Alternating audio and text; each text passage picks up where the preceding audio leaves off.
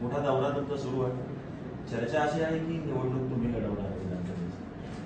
नाही, आता शिर्डी विधानसभा नामदार राधाकृष्ण विखे पाटील साहेबांच्याच नेतृत्वाखाली लढली जाईल अशी माझी अपेक्षा आहे. कारण की शेवटी पक्षाचं अजून निर्णय होणं बाकी आहे. तिकीट कोणाला मिळणार, काय मिळणार हा प्रक्रियेचा भाग आहे. पक्ष निर्णय घेईल, पक्ष त्याला संधी देईल. तर आमच्या दृष्टिकोनातून आमच्या परिवारामध्ये साहेबच सर्वोपरी आहेत आणि सर्वप्रथम तेच असणार आहे. आता राहिला मुद्दा माझा, मी बऱ्यापैकी आता मला वेळ आहे, तर शेजारी पाहू आजूबाजूला कुठं काही संधी सापडली तर आपण प्रयत्न निश्चित प्रक्रियेमध्ये भारतीय जनता पार्टीच्या रचनेमध्ये तेच वैशिष्ट्य भारतीय जनता पार्टीचं आहे की या रचनेमध्ये प्रत्येक माणसाला संधी आहे आपलं मत व्यक्त करायची, उमेदवारी मागायची. त्या आधारावर जर भारतीय जनता पार्टीचा कोणीही व्यक्ती, हा फक्त एका व्यक्तीपुरतं मर्यादित नाही, आज आमच्या या परिसरामध्ये असलेला तालुका अध्यक्ष असेल त्यालाही वाटलं की मी निवडून मला संधी पक्ष दिली पाहिजे, तो पक्षाकडे मागणी करू शकतो. शेजारचा मतदारसंघ तुम्ही म्हटले नाही, कोणता मतदारसंघ असा डोक्यात घेऊन तुम्ही सध्या विचारात आहात?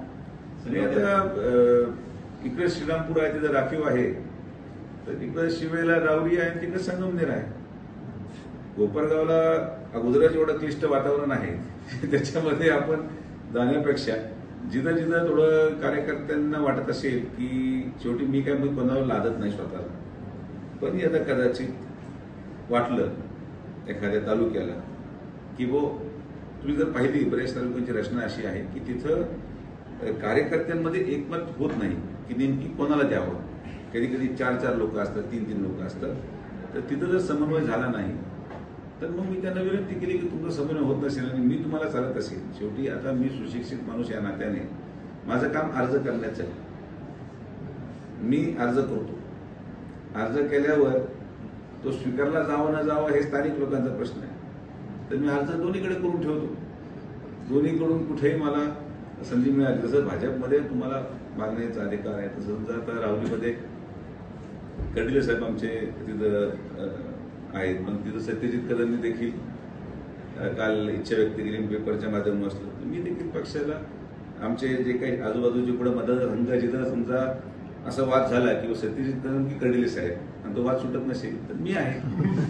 असं शेजारी संगमनेरमध्ये समजा एखादा उमेदवार 4-5 लोकांमध्ये ठरत नसेल किंवा कोण उभं राहिलं तर मला पक्षाने जर आदेश दिला की समन्वय होत नाहीये पण तुमच्या नावावर समन्वय होण्याची शक्यता आहे तिकडं, तर पक्षाच्या आदेशावर मी काम करणारा माणूस आहे आणि पक्ष जसं म्हणत तसं करू. आता संगमनेर ए आणि राहुरी बी, तर यापैकी प्रायोरिटी कशाला आहे? A+B=C. पाहिलं तर जागा वाटप उशिरा झालं, नाव उशिरा झाली, त्याचा फटका बसला. त्या अनुषंगाने विधानसभेला ही परिस्थिती पुन्हा येऊ नये असं वाटतंय.